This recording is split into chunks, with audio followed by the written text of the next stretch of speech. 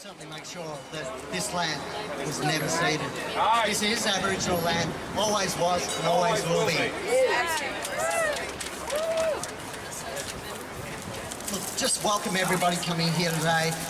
It's a pretty horrendous day weather-wise, and thanks for making an effort. This is our first time we've put together mobilising some of the forces that are going to fight this battle against the Baillieu regime, or Baillieu police state.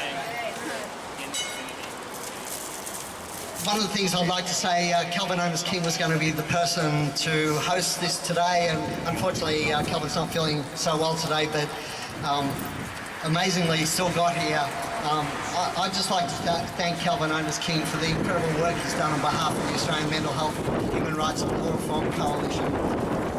I love Kelvin King. I couldn't think of somebody who's worked harder for both his Aboriginal community and right throughout the health industry. So thanks, Kelvin. He's standing over there with a white cap. Thank you. Love you, mate. What I want to say is certainly we're in a really pivotal time in the history of Victoria. The Baillieu government and Housing Minister Wendy Lovell are about to limit the tenure of all people living in public housing.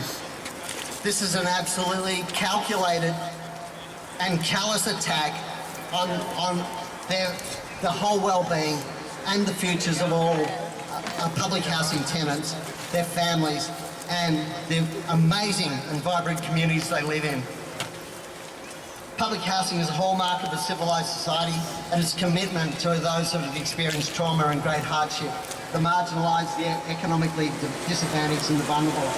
The Baillieu-led government is waging war and demonising our Aboriginal people, our refugees, our people from English-speaking backgrounds, people with disability, people experiencing homelessness and mental health issues. Also includes people that are currently incarcerated and people from marginalised and disadvantaged communities and the unemployed.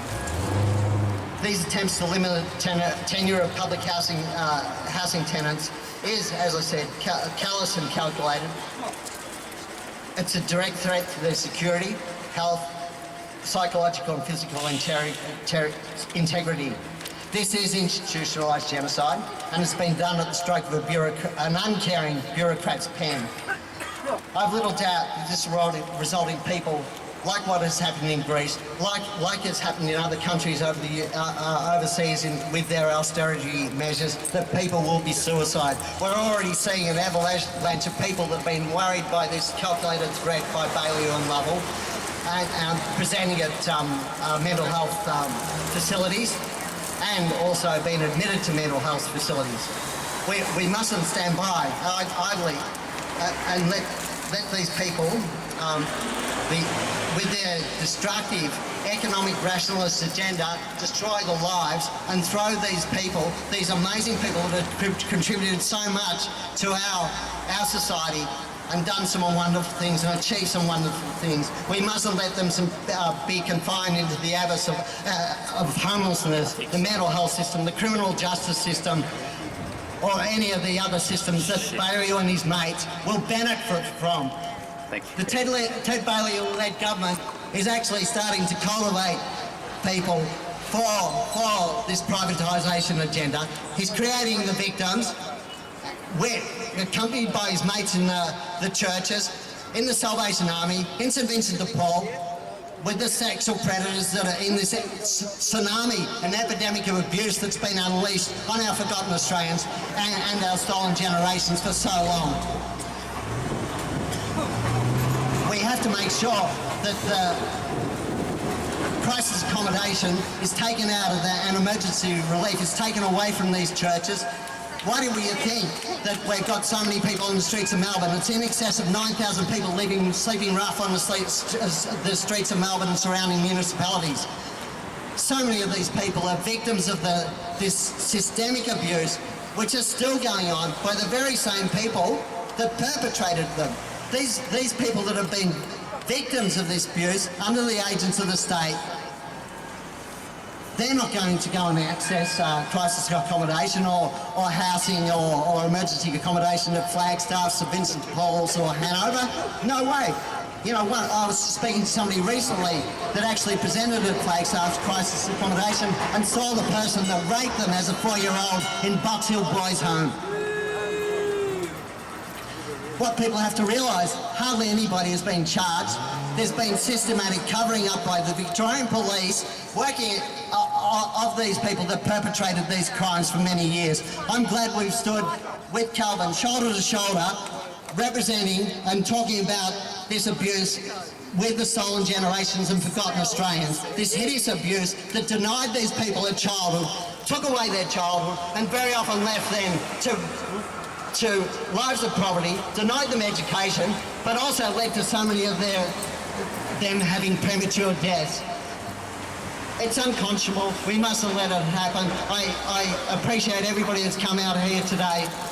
We're going to smash this government. We're going to make sure the Ted Baillieu government is going to be a fucking one-term government, if not quicker.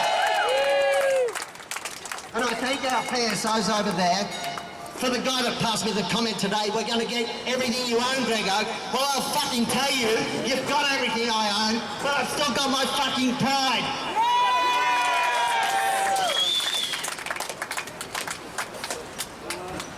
The Baillieu government and Housing Minister Wendy Lovell are attempting to privatise public housing and give greater power to the non-accountable and transparent housing associations. These housing associations are denying their public authorities. They're denying they come under with the devolution of responsibility by these economic rationalists.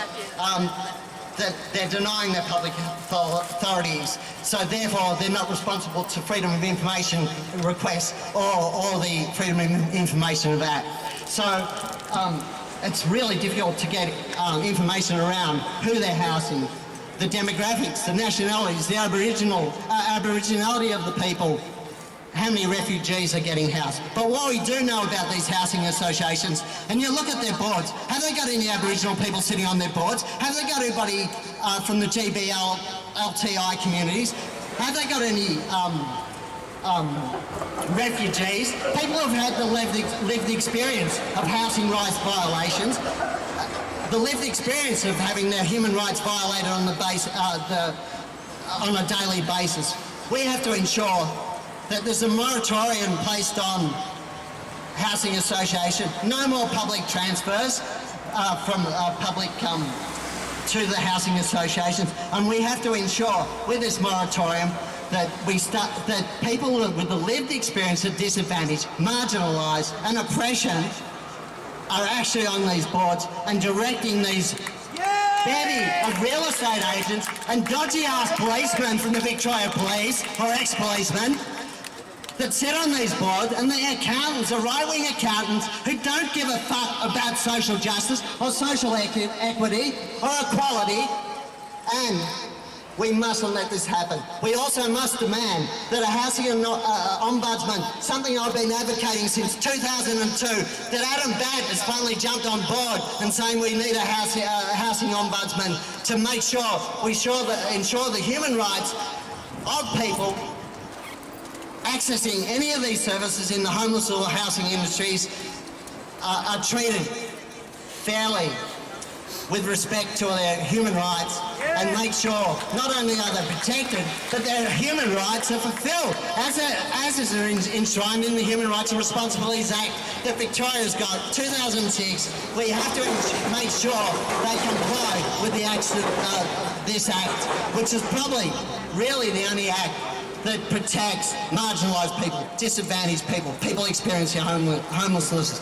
So we have to demand that. That's the only thing that is non-negotiable with you, Lovell, or Ted Baillieu. We demand that. We're going to get it, and we're going to take it away. The poor people are going to rise up and take what's theirs, and demand what's theirs, and not take a backward step. We're walking tall. We're going to walk tall right down to the Burke Street later on today, and share our love with Ted Baillieu, and share our love with Popeye Doyle, and share our love. And what a piece of shit he is as the Lord Mayor of Melbourne. What an embarrassment he is for the Lord Mayor of Melbourne. What an embarrassment. We have to get somebody out, elected to the mayor, somebody like Calvin Owner's King. Let's put an Aboriginal person up as fucking Lord Mayor of Melbourne. Always will be. These housing associations are constantly denying their people's basic human rights. They're continually cherry picking who they house.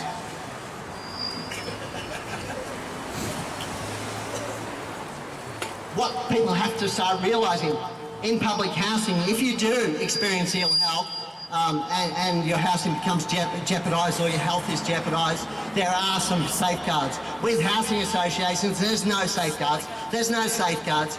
You can be paying for 70 or 80% of your rent, and if you experience ill health, incarceration or anything goes wrong, there's no fallback position. You don't just drop back to the safeguards public housing tenants. You are taken, and there's a stream of them every week. Go down to VCAT and have a look at the Housing Association ruthlessly taking these people and serving them with eviction notices and throwing them back into the cycle of homelessness. So, his mates, Bailey's mates, and his church mates, he's in bed with the Christian Brothers and other disgusting organisations. We have to stop this association and stop this going on. I think I've probably said enough, they promised for me to be laid back. I'm pretty angry about this, but certainly we're not going to stand by, any of us in this, our Human Rights Coalition, but I know a lot of other people, the Socialist Party that's right behind this, the Social Alliance and the amazing people from the Socialist Alternative, they're driving this. Look at how many Labor Party politicians, the fucking neoliberals from the Labor Party, they're no different than the Liberals. In fact, they started this slaughter. Anyhow, I'm going to introduce you to Robbie Thorpe. Robbie has supported us so much. An amazing bloke, an absolutely fearless warrior for every cause, whether it be Aboriginal or any other group that are affected by discrimination. Thanks, Robbie, for coming again. You're there all the time. We love you. And you are. You should be, rather than Father Bob Maguire, who mysteriously, the hand of God intervened with Father Bob, unlike all the pedophile Catholic priests that are distributed right around the country. Bob Maguire suddenly finds he's now the poster boy. The poster boy for housing associations went to the top of the list. And I've worked with Bob, and I've got no issues around Bob, apart from him promoting passive dependency, like all these other fucking charities do. But we have to think, and the issue, and I know I've cut lots of flack, and I know I'm probably the most hated white guy in Australia, or Victoria at least. I'm proud of that. That means we're doing something worthwhile, and we're making a mark, and we're holding some of these politicians to look out. I'm going to